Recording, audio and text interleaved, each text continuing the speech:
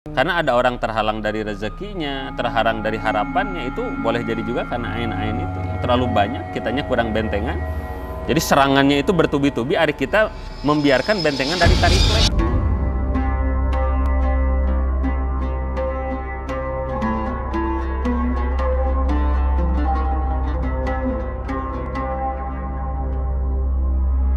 Assalamualaikum warahmatullahi wabarakatuh. Halo sahabat Villa sekalian, kembali lagi di program Tanya Ustadz. Nah, kali ini kita akan melanjutkan sesi yang kemarin tertunda ya Ustadz. Insyaallah.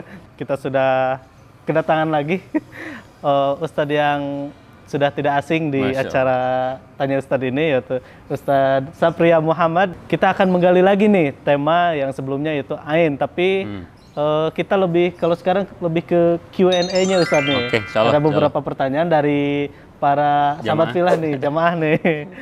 Apa mau langsung kita langsung aja Ustadz? Oke, siap. Ustadz, untuk pertanyaan yang pertama nih Ustadz, bagaimana cara membedakan antara hasad dan kagum Ustadz? Baik. Gimana tuh? Bismillah, alhamdulillah, salatu wassalamu ala rasulillah wa ala alihi washabihi wa mawala. Jadi ada samanya, ada bedanya. Apa tuh? Karena hasad itu, ini hasad bukan ain ya? Bukan. Hasad dengan kagum. Hasad dan kagum. Oh baik, berarti beda itu. Ya, beda. Saya kira ain dengan kagum.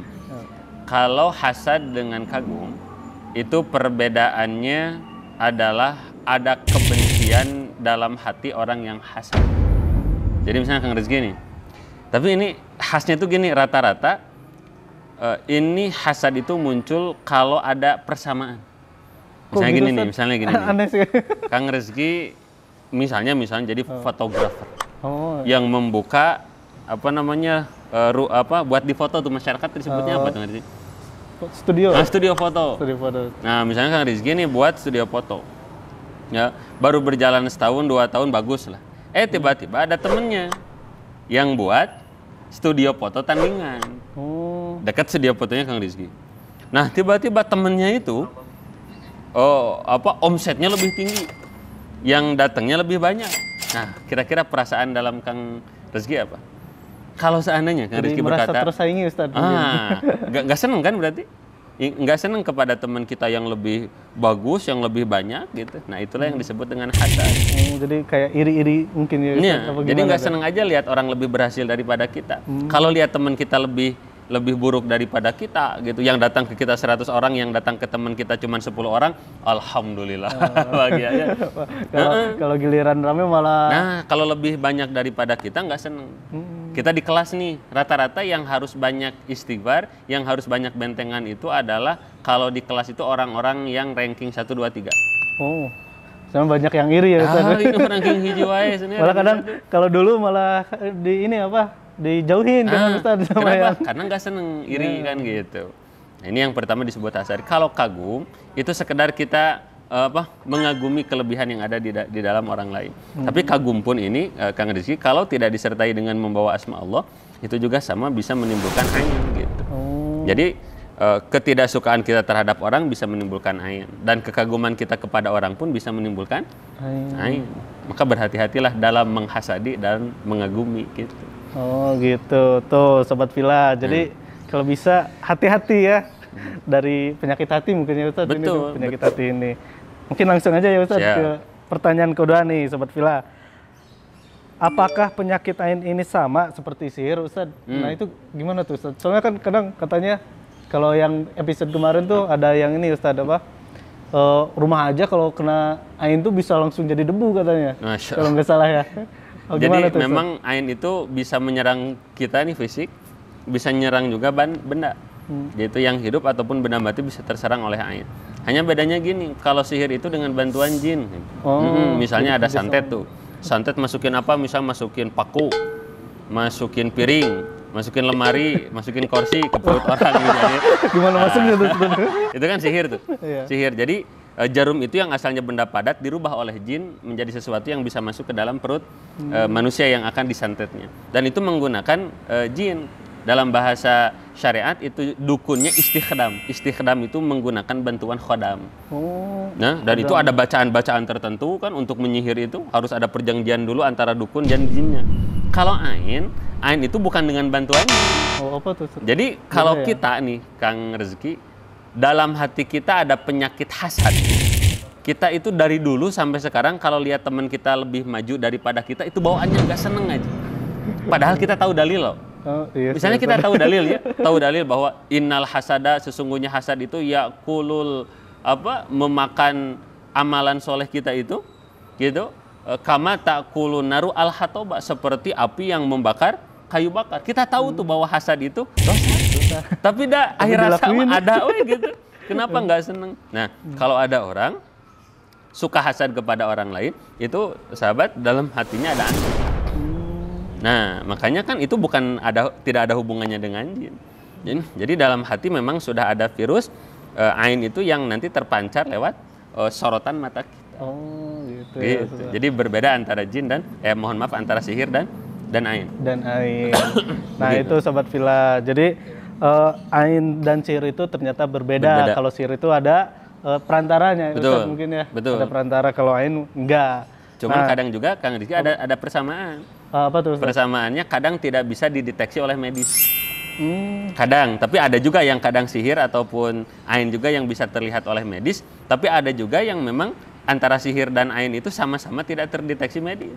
Jadi ada orang itu lemes gitu kan, lesu, kadang mau berdiri pun susah. Tapi ketika di scanning itu nggak ada apa-apa. Nah itu kadang bisa jadi sihir, bisa jadi ain gitu. Oh, soalnya kayaknya Ustadz kalau di masyarakat umum kayaknya ain tuh masih agak ini nih. Ya agak tabu. Agak tabu. Jadi ya. kadang dikit-dikit nyalahin, wah ini mah sihir. Oh, iya. Oh ini mah ada gangguan. Ada gangguan. Kiriman dari mana? Oh, gangguan jin. Nanti jin di rumahnya kesinggung.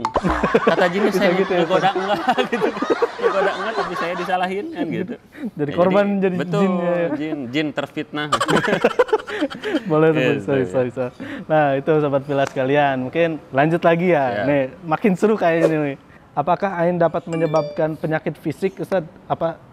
Ada nggak sih misalkan pengalaman Ustadz yang ini? Oh iya, jadi memang dalam pembahasan ilmu ain itu satu bisa membuat sakit orang yang sehat. Kadang nih bisa menimpa motor dan mobil kita. Kita tuh punya mobil baru. Woi, mobil baru. Masih dilap-lap sering tuh ya biasanya. Jadi sultan. Nah, sama kita, tiap hari teh kata orang Sunda mah dipusti-pusti, dielap, dicolek sama anak tetangga saja. Kotor. Gitu kan? Kesiunan Ustaz ya, kotor. Satu, ini mobil ada yang muji ya, kita nggak langsung alhamdulillah. Lalu misalnya ada tetangga, zaman corona kayak gini, punya mobil, uang dari mana? Hasad. Nah, kita kurang bentengan, maka ain itu masuk ke mobil kita. Kita teh sebetulnya mah udah naik mobil teh hati-hati gitu. Tiba-tiba dari belakang ada motor pakai stang ceduk. Kena lampunya pecah. Leneng. Maju kena spion, kena motor cedak. Nah itu bisa jadi karena ain. Bahkan banyak orang yang sampai meninggal wasilahnya melalui penyakit ain. Tiba-tiba orang tabrakan, jatuh dari tempat yang tinggi, itu wasilahnya bisa jadi karena penyakit ain itu. Kalau menurut Ustadz yang meninggal tuh berapa persen gitu dari misalnya 100%? Kalau melihat di keterangan mayoritas. Oh mayoritas justru berarti ya? Banyak. Waduh. Nah, ingat tuh tadi harus banyak-banyak istighfar ya, sama minta ini. Bentengan sih intinya. Jadi bentengan. Jadi kasar nama gini, kalau bentengan kita lemah, tapi ainnya juga lemah, itu apple to apple lah. Jadi 50-50 lah. Yang repotnya gini, bentengan kita lemah, yang ain masuk ke kita banyak. Waduh. Dari orang sekantor ada 20, push gitu kan. Kita ngupload ke Facebook, teman-teman kita SMP, SMA, masuk juga ainnya kepada kita. Bentengan kita lemah, itu yang repot. Dikeroyok ain.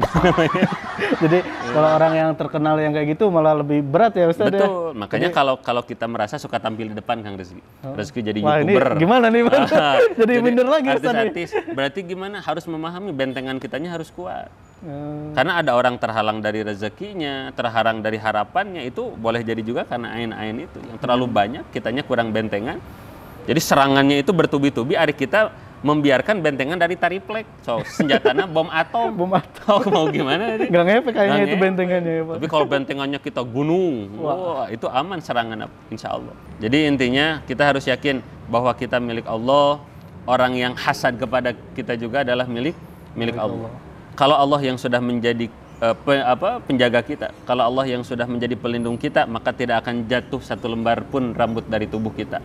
Tapi kalau Allah tidak melindungi kita, jangankan perkara besar, perkara kecil pun bisa mencelakakan kita. Pokoknya mah senantiasa berdoa kepada Allah agar dijaga oleh Allah. Dan yang kedua, Kang Rizky, pantaskanlah diri kita menjadi orang yang dijaga oleh Allah.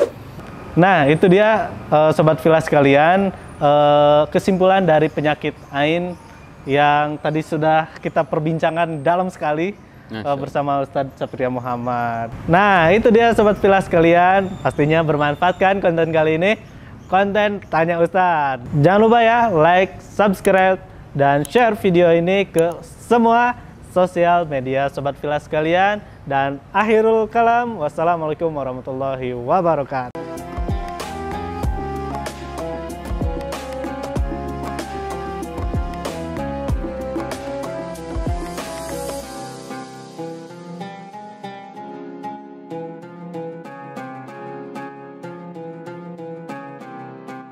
Jangan lupa, saya bilang sekalian, terus berlangganan di Darut Tauhid Official.